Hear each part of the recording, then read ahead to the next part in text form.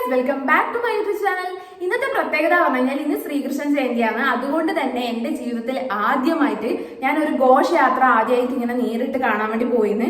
ഇടയ്ക്ക് ഇങ്ങനെ ബസ്സിൽ ഇങ്ങനെ പോകുന്ന സമയത്ത് ഒരു സൂന്ന് പറഞ്ഞിട്ട് ഇങ്ങനെ ഘോഷയാത്രകളും കണ്ടിട്ടുണ്ടെങ്കിലും ഇതിനായിട്ട് വേണ്ടിയിട്ട് ഞാൻ പോകുന്നത് ആദ്യമായിട്ടാണ്. അതുകൊണ്ട് തന്നെ നിങ്ങൾക്ക് എന്റെ ഒരു മുഖത്ത് ആ ഒരു എക്സൈറ്റ്മെന്റിലും കാണാൻ വേണ്ടി പറ്റുന്നുണ്ടാവും. ഭയങ്കര എക്സൈറ്റ്മെന്റ് ആണ് എനിക്ക് ഇങ്ങനത്തെ ആഘോഷങ്ങൾക്കും അതുപോലെ ഇങ്ങനെ ഉത്സവങ്ങൾക്കെല്ലാം 24 മണിക്കൂർ അവിടെ പോയി ഇരിക്കാൻ പറ്റിയിട്ടുണ്ടെങ്കിൽ അത്രക്ക് സന്തോഷമാണ്. എനിക്ക് ഭയങ്കര ഇഷ്ടമാണ്. ഞാൻ തിന്നാണ്ട് കുടിക്കാണ്ട് ആടെ ഇങ്ങനെ ഇരുന്ന് കാണുന്ന ഒരാളാണ്.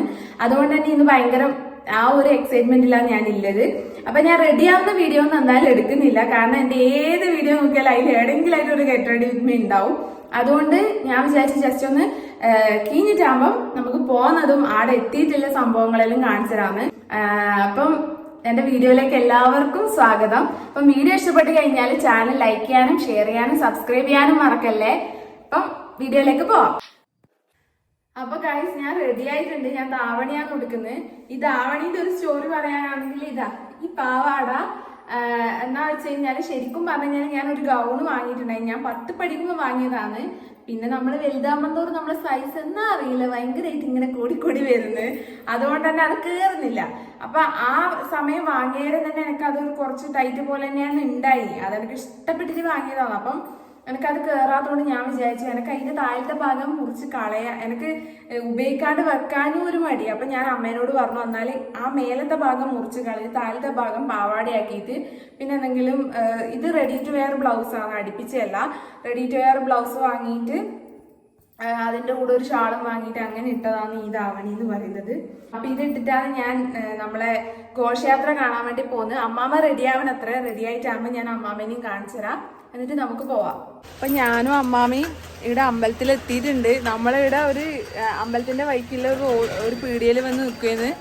മഴ ചതിച്ചു ഗൈസ്. എവിടെ പോയാലും ഈ മഴക്ക് നമ്മ പുറത്ത് കീയുമ്പേ വരാൻ തോന്നുന്നു.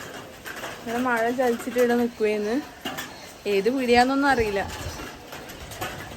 അമ്മാമ്മക്ക് ആരാ ആ സമയം പറഞ്ഞു കൊടുത്തേന്ന് അറിയില്ല. 3:30 ആകുമ്പോൾ ആടെ എത്തണം എന്ന് പറഞ്ഞിട്ട് നമ്മളൊരു 3:15 തന്നെ ആടെ എത്തിയിട്ടുണ്ട്. എന്നിട്ടാകുമ്പോൾ നമ്മൾ അവിടെ നിൽക്കുമ്പോൾ ആടെ ഒരു മനുഷ്യനില്ല. അപ്പൊ നമ്മൾ വിചാരിച്ചു ആരും എന്തേ ഘോഷയാത്രയൊന്നും കാണണ്ടായിരിക്കും എന്ന് വിചാരിച്ചു. അങ്ങനെ കൃത്യസമയം അറിയാൻ വേണ്ടിയിട്ട് അവരോട് ചോദിച്ചപ്പാന്ന് മനസ്സിലായത് സംഭവം ഒരു 6-6:30 ആവും. അതുവരെ എന്ത് ചെയ്യും എന്നാണ് എന്റെ മനസ്സിൽ സംശയം. ഇപ്പൊ പോയവർ ആടെ എത്തിയിട്ട് വേണം ഇവർ തിരിച്ചു വരാൻ വേണ്ടിയിട്ട്. അതുവരെ അവർ പുറപ്പെട്ടിട്ട് പോലും. അതുകൂടാണ്ട് കൃത്യസമയത്തിന് മഴയും നമ്മളെ ചതിച്ചിട്ടുണ്ട്. നമ്മൾ ആടെ എത്തുമ്പോഴാണ് മഴ വന്നത്. അതുകൊണ്ട് പ്രശ്നമില്ല. അമ്മ എന്നോട് പറഞ്ഞു റെയിൻകോട്ടും കൊടയും എടുക്കണേന്ന്. അപ്പൊ ഞാൻ ഭയങ്കര കോൺഫിഡൻസോടെ പറഞ്ഞു പിന്നെ മഴയൊന്നും പെയ്യൂലെന്ന് പറഞ്ഞിട്ടാണ് ഞാൻ നേരെ വന്നത്. അത് പിന്നെ അങ്ങനെയാണല്ല, നമ്മൾ എവിടെയെങ്കിലും പോവാൻ കീയുമ്പേ മഴ വരും. കുറച്ച് ദിവസങ്ങളായി പെയ്യാത്ത മഴയാണ് നമ്മൾ പുറത്ത് കീയുമ്പോക്ക് പെയ്തത്. അങ്ങനെ നമ്മൾ നേരെ അമ്പലത്തിലേക്ക് തന്നെ പോയി. ആടെ പീടികയിൽ ഇരിക്കുന്നത് ശരിയല്ലല്ലോ എന്ന് വെച്ചിട്ട് എന്നിട്ട് വഴിയില്ല ആ ഒരു സ്ഥലത്ത് കുറച്ചു നേരം ഇരുന്നു. എവിടെ ഇരുന്ന് സമയം കൂട്ടൽ തന്നെ. അങ്ങനെ ആടെ കുറച്ചു നേരം ഇരുന്നിട്ടാകുമ്പോൾ നമുക്ക് തോന്നി എന്നാൽ കുറച്ച് അപ്പുറം ഒരു സ്ഥലമുണ്ട്, ആടെ പോയി ഇരിക്കാന്ന്. അങ്ങനെ കുളത്തിന്റെ ഇപ്പുറം ലീഡ് ഇരുന്നു. എന്നിട്ടും സമയം തികയുന്നില്ല.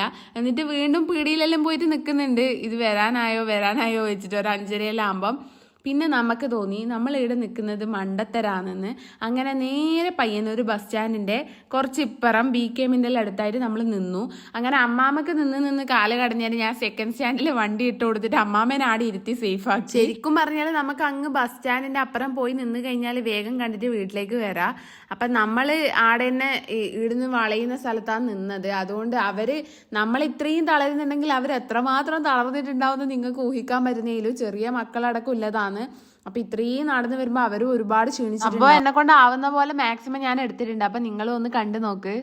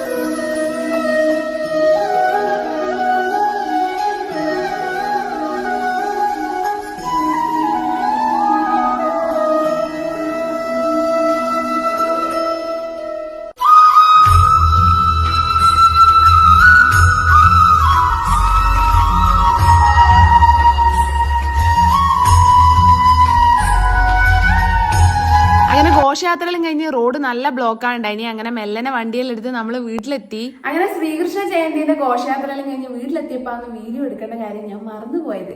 അത് പിറ്റേന്ന് എഡിറ്റ് ചെയ്യാൻ വേണ്ടി നോക്കുമ്പോ എനിക്ക് ഓർമ്മ വന്നത്, ചേടാ ആ വീഡിയോ ഒന്നും എടുത്തിട്ടില്ലല്ലോ എന്ന്. പിന്നെ ഞാൻ വിചാരിച്ചു ഇന്ന് എടുത്തിട്ട് ഇടാന്ന്.